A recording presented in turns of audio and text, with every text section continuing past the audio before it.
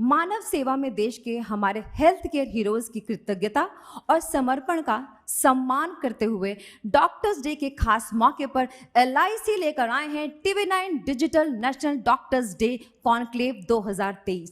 आप सभी का हमारे इस खास कॉन्क्लेव में बहुत बहुत स्वागत है। एक बहुत ही गंभीर मुद्दा है जिसे हम आज तक उबर नहीं पाए हैं। ये सदियों से हमारे लिए एक दुख का कारण बनता रहा है।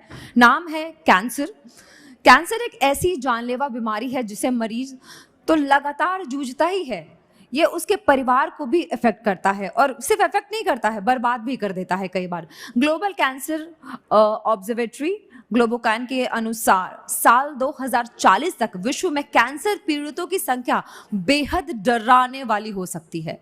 साल 2020 में दुनिया भर में कैंसर के करीब 1,80 लाख मामले सामने आए थे।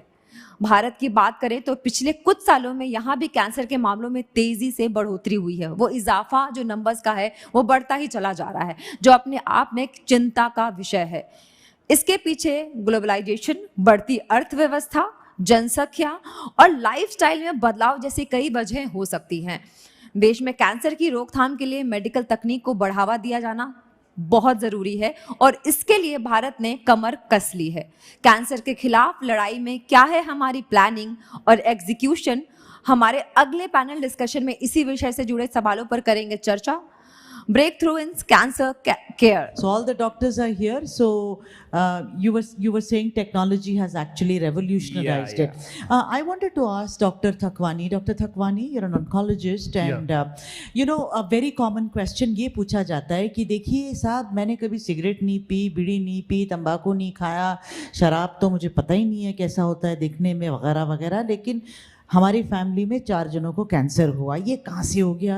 ये एनवायरनमेंट से हुआ, मेरे डाइट से हुआ वगैरह। तो ये थोड़े जो ये प्रश्न है ये सारा कि क्या कैंसर जेनेटिक है या इसके बारे में भी रिसर्च, इसके बारे में थोड़ी रोशनी डालिए आप। ये बहुत ही इम्पॉर्टेंट क्वेश्चन है और it is very common. Most of the patient when they come to me, मेरे से पूछते हैं कि मैंने शराब नहीं पी, मैंने कुछ नहीं किया, सिगरेट नहीं पी, तम्बाकू नहीं खाया, फिर भी मेरे को कैंसर है। Basically cancer is a multifactorial disease. Okay, तो कोई भी एक कॉज नहीं है कैंसर का, उसके कम से कम 85 कॉज है और we all are at risk of cancer. हमारे अंदर ही कैंसर सेल्स होते हैं जो कि डॉर्मेंट स्टेज में होते हैं और इसके कई कारण हैं। When we start consuming all these things like cigarette, like tobacco and all, और along with that environmental factors होते हैं, इसके लाइफस्टाइल फैक्टर्स होते हैं। तो there are lot of factors. When totally we combined all these factors, फिर उसके बाद ही कैंसर का वो रहता है। बट हाँ, ये नहीं कि इसका मतलब मैं सिगरेट पीना शुरू कर दूं, शराब पीना शुरू कर दूं, बिकॉज ये रिस्क फैक्टर्स होते हैं जो कि probability of getting cancer it increases when we start all these things. Doctor Thakwani, पहले एक दौर था और अब इस दौर में जहाँ तक डॉक्टर्स का सवाल है, ब्रेक थ्रूज का सवाल है, फ़र्क आ गया है बहुत ज़्यादा। क्या फ़र्क आप देखते हैं कि how soon suppose x person comes to you with some symptoms, how long is it really now doesn't take much time for you to come to QED that yes you do have cancer? मतलब वो वक्त जो समय है symptom से लेके prognosis तक का, डिटेक्शन से लेके वो कम हुआ है कि नहीं?